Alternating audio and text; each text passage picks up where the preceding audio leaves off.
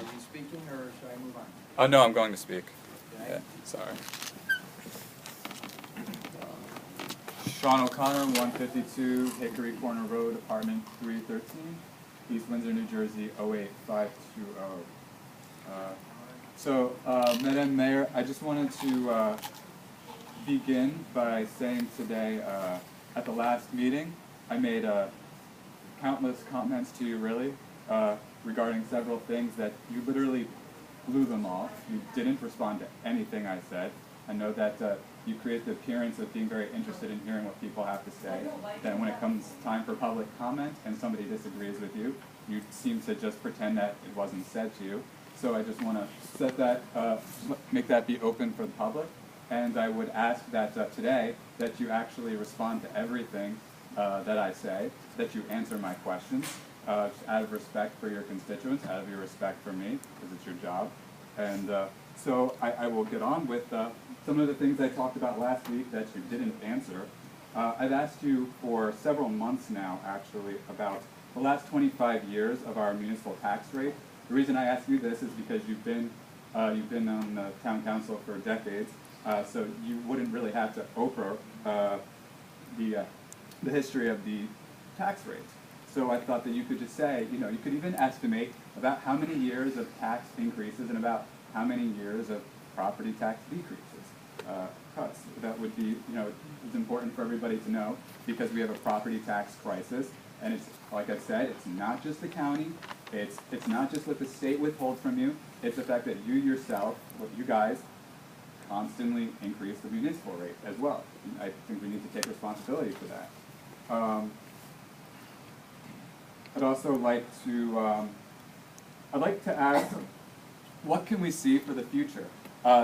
These wonderful ladies and gentlemen spoke to you about long-term planning. They talked a lot about long-term environmental planning. I'd like to talk now about long-term economic planning because we've got a lot of debt that you don't seem to want to talk about. You call it financial planning. I call it debt. It's money that we owe. And let's keep in mind that the country is in $17 trillion of debt. The state is in over $200 billion of debt. There are townships and cities defaulting on their debt. The country almost defaulted on its debt. Debt is an issue. It's a very pressing issue, and it's time for us to have that conversation because these fine ladies and gentlemen are going to have to foot the bill. They're going to have to pay extraordinarily high taxes because you keep increasing it and you keep spending it and you keep borrowing money you don't have. Out of respect for them, I ask you to now have an honest conversation about reducing the debt. And I want to know what your plan is for the next 5 years. Are we going to see more property tax increases? That's a direct question I'm asking you. Is it going to be year after year? Are we going to see more spending year after year? Are we going to say, you know what, it's time to at the very least freeze the rate, freeze the spending, freeze the borrowing, and analyze our fiscal plates and figure out what's it going to take to make our financial stability stronger?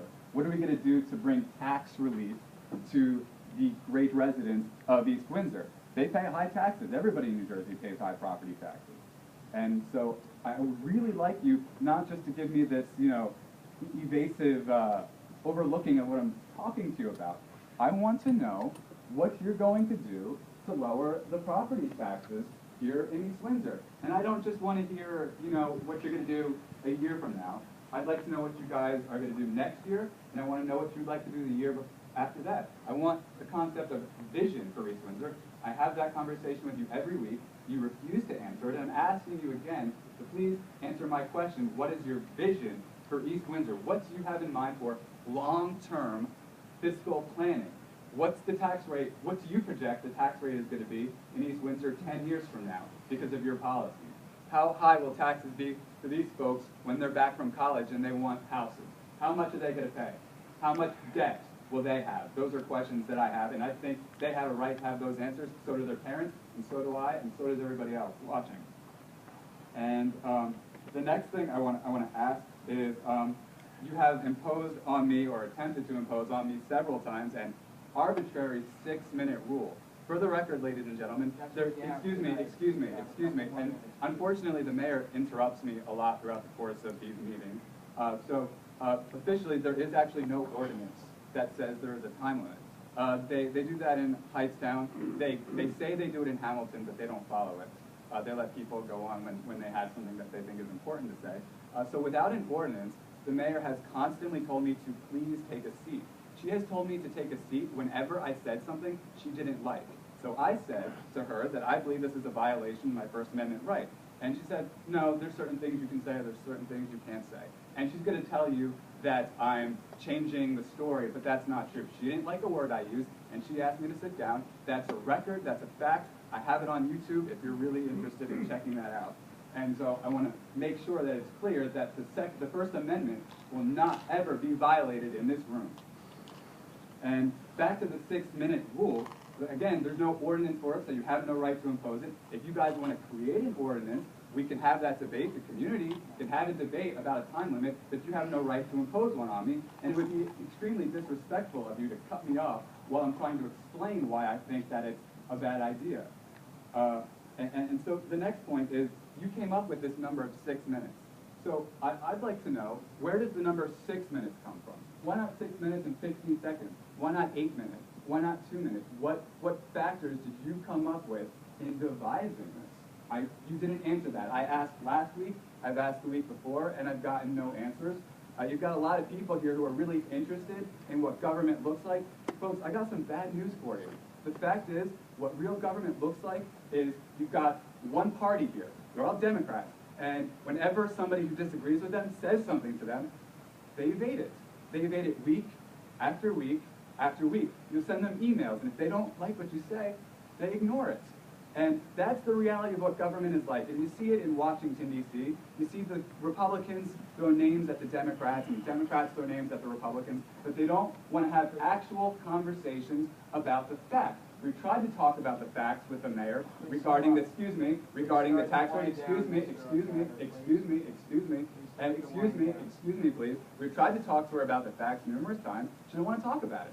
And I'm putting that for you to learn a little bit more about what local government in particular looks like. There have been times where I've been speaking, and she has actually cut me off and actually started going on with another item on the agenda. I think that's pretty unfair. I think that's pretty unreasonable. I think it's also unconstitutional. It's against the First Amendment.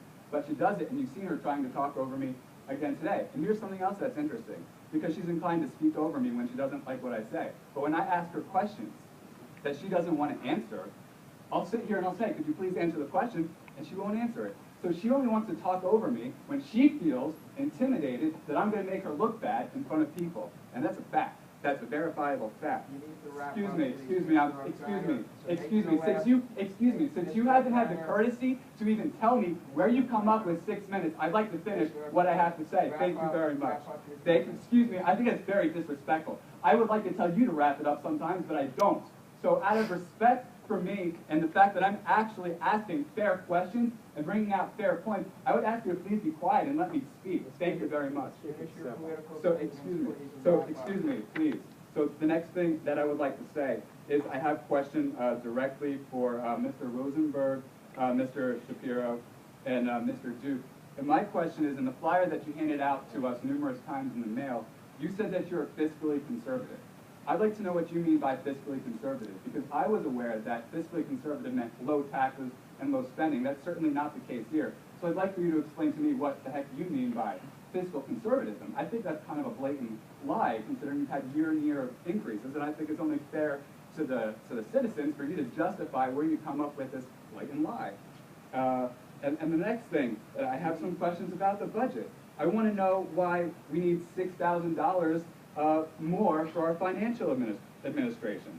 I want to know why, folks, why legal fees cost $1,000 more this year. I want to know why there's been a $7,000 increase in salary and wages for planning board on land use administration.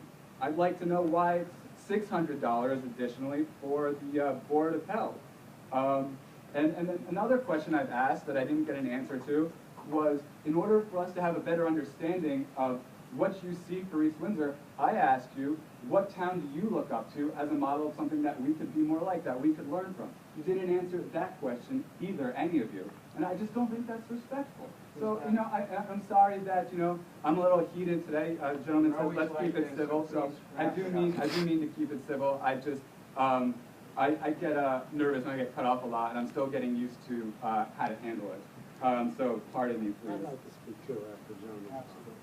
And for the next thing, I know we have an item on the agenda tonight talking about the township garden. I'm just going to put it out there again. I don't believe in it. It's unnecessary. It's not what government is supposed to do. Government is supposed to protect the citizens, not give them pretty things. That's for us to do with our own dollar, quite respectfully. And next, just if you could, for all of us today, talk about the efforts you're going to make, again, for less spending, lower property taxes on the municipal level for the next 5 years, and how you're going to reduce our debt responsibly. And if you could please just acknowledge my points, address them without evading them, and answer them. Thank you very much for your time.